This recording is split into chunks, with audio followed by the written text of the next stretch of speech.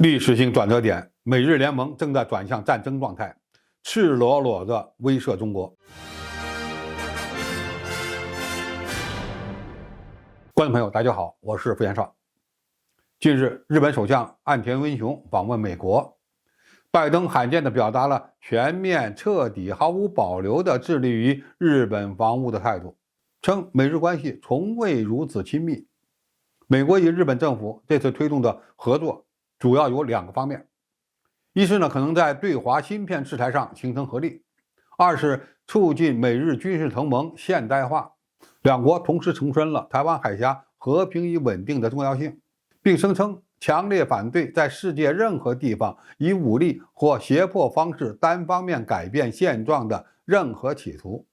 这意思摆明了，就是在赤裸裸地威胁中国大陆不得采取武统行动。岸田文雄这次访美，在军事合作层面最令人关注。双方宣布了一系列防御态势变化、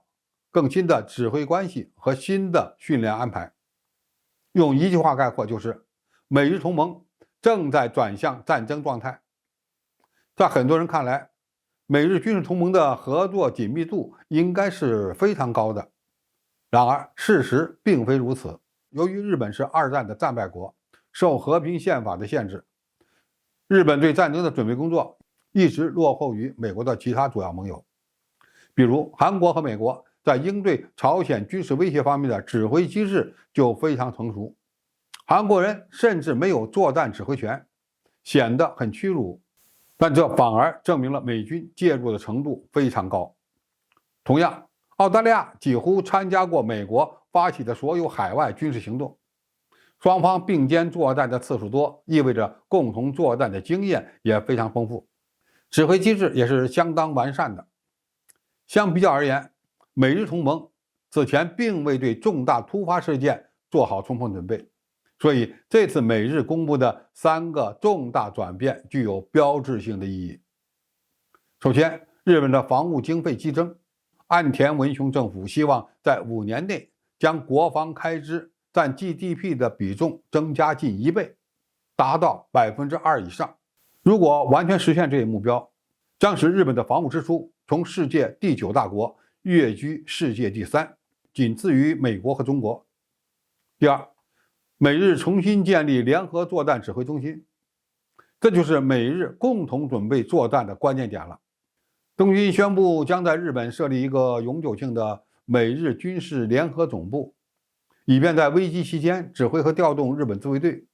如果完全实现，就等于日本有了自己的作战司令部，从而简化其在重大突发事件中与美军的协调流程。与此同时，美国也计划在印太地区设立一个新的联合部队司令部，以便美国各军兵种采取同样的行动。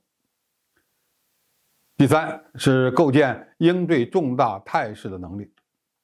将更多的兵力转移到日本西南诸岛，这就是日本为应对台海军事冲突在做具体的准备工作了。在整个冷战期间，日本更多的关注北方苏联的威胁，冷战后将重点转向了朝鲜。未来，日本将把更多的作战单位部署到距离台湾比较近的琉球群岛，其前期的部署包括一个步兵营和一个配备了反舰导弹的陆战连。与此同时，